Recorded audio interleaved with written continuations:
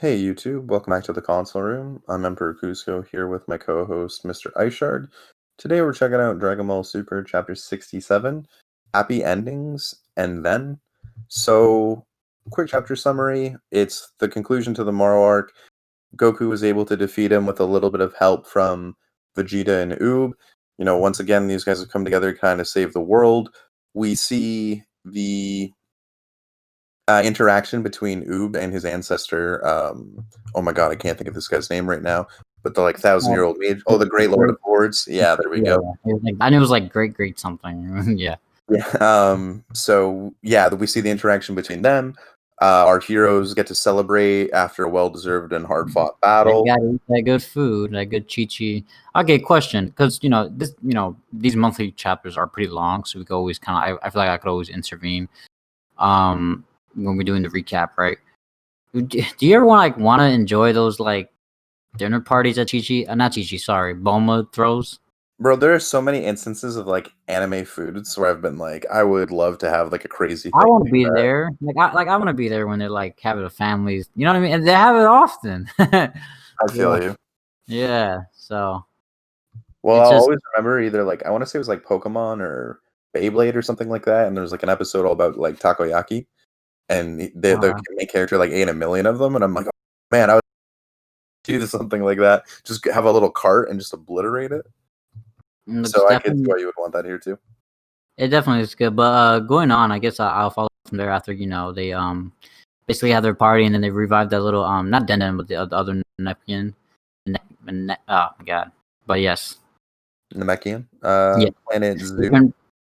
No, they return him to I guess Planet Zone, right? Or Planet Zone. All the planets that they fixed, because Planet Zone is one of them. Yeah, sorry, my bad. Yeah, and then we see the is he the king of the universe or something like that, or the king of the galaxy? Yeah, the king of Universe 7, or because he's not Zeno-sama, who's in charge of all the universes. I think it's just their king of the universe. Yeah, their king is some royalty. It's so weird because, but anyway, it definitely this scene when he gave him the medal, it reminded me of Star Wars at the end. Okay. So it definitely gave me that vibe. It was Son Goku and Vegeta, whatever. It's very funny, and also you see what is Moro? I think his name's Murus. Sorry. Yeah. We see him obviously come back. So that's pretty enjoyable to see that. Not as an angel though, which is kind of cool. He's I guess human in quotations, right? Oh, actually, and moving back, this is the part. I always do love. I mean, I just like good jokes in manga, where Goku shakes the hand of his the king of the universe, whatever, king of the galaxy, and is he's grabbing his junk because obviously he's a tentacle, so we wouldn't know what's what. Yeah, I couldn't help I couldn't help but laugh at that too. I was just really, come on, to Goku. Yeah, and then moving forward, we see that Beerus and Whis got summoned by the Zeno and by the Grand Priest. Because they did some. Hey, you can't be doing that. And obviously the Grand Priest is not upset at them, but they know there's consequences about the breaking laws with the angels and vanishing from forever and everything like that. So especially Beerus being Whis' little brother, right? It was his little brother. I would assume all angels are kind of related, to be honest. Yeah. But I just kind of naturally a brother, I guess. Yeah. So it was and then but luckily someone kind of convinced them to do another thing otherwise. And I'm not gonna lie, I thought their punishment was gonna be more severe, but. Well, I think we got to remember though that at the end of the day, Zeno-sama is a child technically, right? Yeah. So children are very, I guess, flaky almost, right? They're hot and cold all the time about things they don't really know. So, Zeno-sama is the type of character that could have been pissed off by what they did and snapped the universe out of existence, right? Versus this time he was it's fine, and bring Maris back too, right? So, he's very fickle, I guess is actually the better word. So I think it ends up being a fitting punishment because they are kids. Yeah, and it's kind of funny. One thing I do like about this, going on to the whole riding them around dogs or horses or something. I do like the royal guards are finally relaxing because we always see them in the background just kind of standing there. So that was kind of funny to see that. Yeah, well, they finally get a relief, right? Yeah, So I just like their panel just like relaxing because I always see them in the background. Like they're pretty like I don't say substantial figures, but they're there, right? So it's just funny to see that, honestly. And then like more like like I guess panels of like take a picture, Star Wars and this and that. And I'll kind of hand it off to you after so to speak, everything return piece of the universe, and it goes back to the galactic prison. well, I guess peace returns to the universe, kind of so we think, right? Mhm. Not actually, I guess. So in the galactic prison, the recaptured forces from Moro are speaking with the guards, and it turns out that something actually might have been left behind, and it's actually the remains of what's his name, 37 or whatever it is, Yeah, the it's like robot 7-3. or 7-3, yeah, who's able to copy the abilities of different fighters, and who was, pretty pivotal in giving Moro the upper hand once again. Mhm. So it turns out some criminals ended up stealing his head and recovering it. And we get introduced to, I guess, a group of space pirates who are kind of, no one big or important. But the random thing that I want to mention, by the way, this guy we get introduced to, who runs like the space pirate gang, uh, his name's Goichi, which is also the current, I believe the current, if not, he was a world champ for actually, I don't think he's current, but he was a world champ for Dragon Ball Fighters. So that's just kind of Oh, an okay. interesting reference, right? To kind of Okay. bring that in. Yeah, that's pretty cool. So with that, we see these same pirates who actually just ended up getting the head of 7-3 or 3-7 attacked by another character who, of course, is another kind of food reference. His name is Granolah. He invades. I'm gonna be honest, I did not know that. Yeah, yeah. So again, just keeping this theme of vegetables, carrots, etc., etc. So he shows up, kind of interesting character model. Got I guess, like a space pirate eye patch.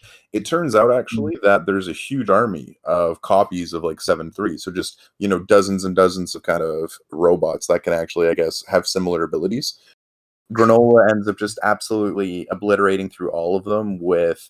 I'm not really sure what kind of technique. It's not It really, could be a key but it class, looks like but he. we don't know. Yeah. So, yeah, I don't really know what his powers are yet, but it turns out, I guess, that the original OG-73, which is the one that they took back from the planet Earth, has some sort of Generator. significance, and Yeah. he wants to steal it. So, Mhm. with that, we're not Um, sure where it's going from there. I don't really want to talk much. I mean, the beginning is like it's the end point. They did it, this and that. What I really want to talk about is Granola, and I guess his little robot companion that we don't see, or like his AI oatmeal or Okay. oatmeal, Well, right? before you jump into that, though, since you don't want to cover the earlier part, there's actually something that I want to bring attention to, which is the thing that I found interesting is how, remember, Super takes place before the end of Z canonically, right? No, So it takes place after Z. What are you talking about? no, no, it doesn't, bro. It takes place before the very last end of episode of Z, where Goku fights Oob at the Tournament of Power. Oh, right. Okay. So what's interesting is when we see the Lord of Lords um, interacting with Oob, he wants to keep it a secret, and Vegeta ends up actually confronting Goku about who gave him that power, and none of them know who it is. So what I thought was actually super cool is Oob ends up having like a really big significance at the end of Z. He's also in GT. Um, I loved how this just kind of fit within the timeline, and they made it work. Where Oob's significance is actually even bigger than we thought. He's not just Majin Buu reincarnated as a human. Yeah. He's a very important figure in the universe, and he ended up saving the Earth before he even like knew who he was or what he was capable of. So I thought that was super super cool, to be honest, in the way they fit that in. Go over to Granolah because we just finished talking about Oob. So yeah, the new villain for foreseeably, can't speak today. Foreseeably, the next arc You think is he's the villain? Granolah. I think so, absolutely. I don't know. He doesn't seem like a villain character to me, if I'm being honest. He seems like he's either working for someone or he's more like his own person. He seems like a bounty hunter to me. Just like the way. Maybe. I think I had read something that he was supposed to be the villain of the next arc. I could be Oh, wrong, but I okay. thought I had read that Yeah, I mean, if he is, I mean, that's in fine. external sources. I mean, his character designs is okay. Not, It is a little plain, isn't it? Because, well, but I it's not. mean, It just feels very Xenoverses. Interesting. That's fair, but they could be taking inspiration for sure. Yeah, most definitely.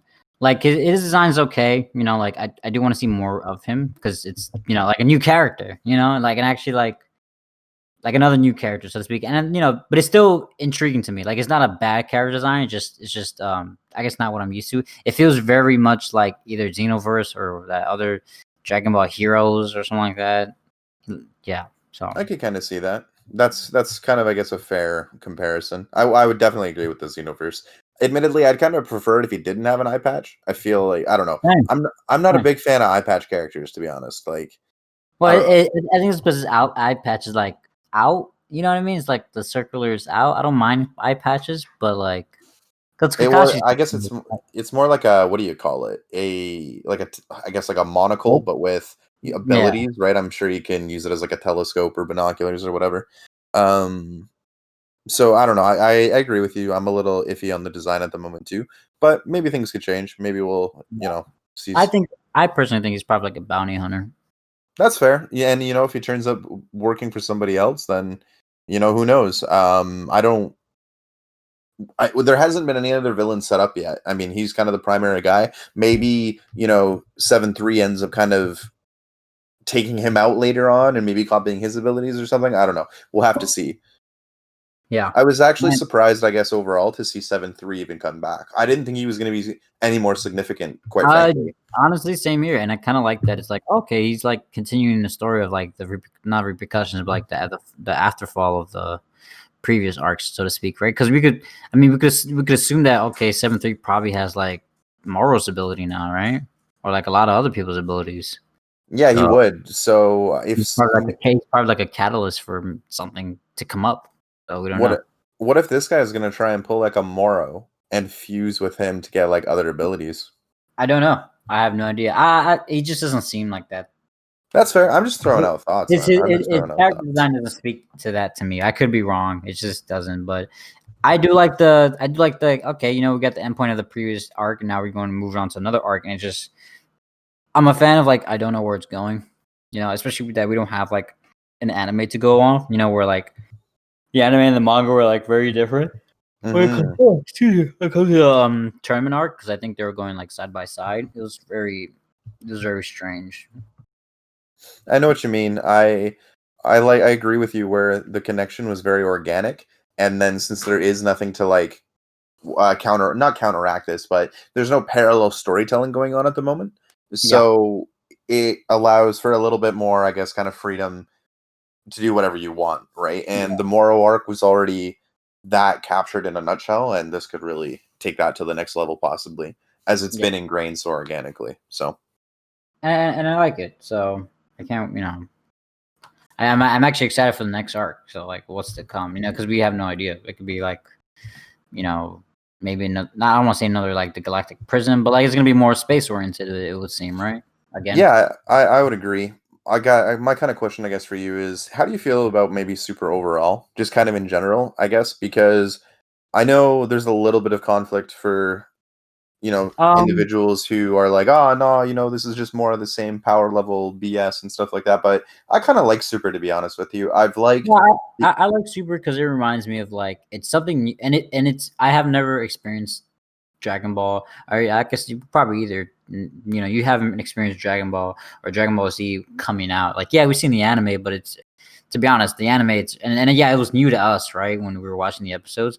But like to be in the the front like because when we watched the anime's been done since like 97 or 93, but I watched it in like year 2000 and change. I can't remember honestly, but you know what I'm saying.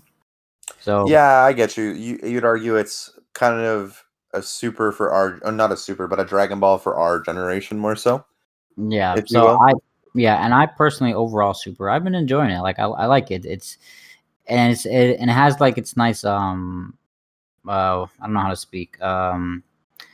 I don't know, and it's not. I don't want to even say it's nostalgic. It's just nice to kind of continue on the story. It has that same feeling of like watching Dragon Ball Z for like we don't know what's gonna happen next. I mean, granted, it's been out right, but watching the anime, like oh, how's Gohan gonna defeat Cell, this and that. It's brand new to us So That's a good point. Okay. Dragon Ball Z being Dragon Ball Super being brand new again. You know what I mean? So that's what I kind of like really like about it.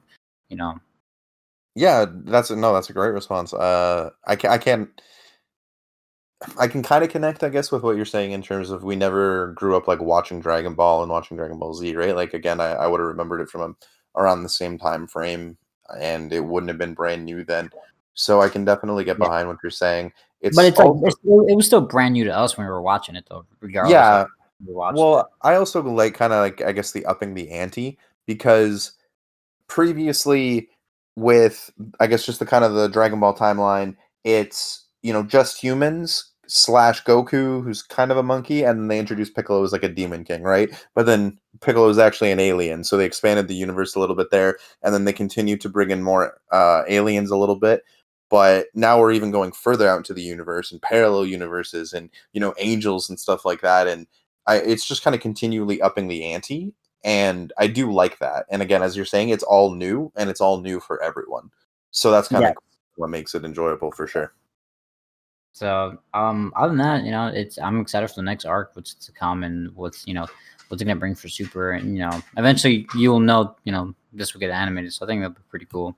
Well, that was gonna say my thing, and that's funny. I was gonna say that as well. Like, I do hope we actually would get to see the Moro arc animated eventually. So Yeah. yeah, fingers kind of crossed on that. Yeah. I would think so, man. Dragon Ball makes too much money in Japan, and like overall, like yeah, I Period. would. Yeah, it's still stupidly popular, right? So okay, dude. That's kind of all I wanted to, I guess, talk about. If you got any final thoughts, go for it. Yep. Otherwise, I think we're good. That's it.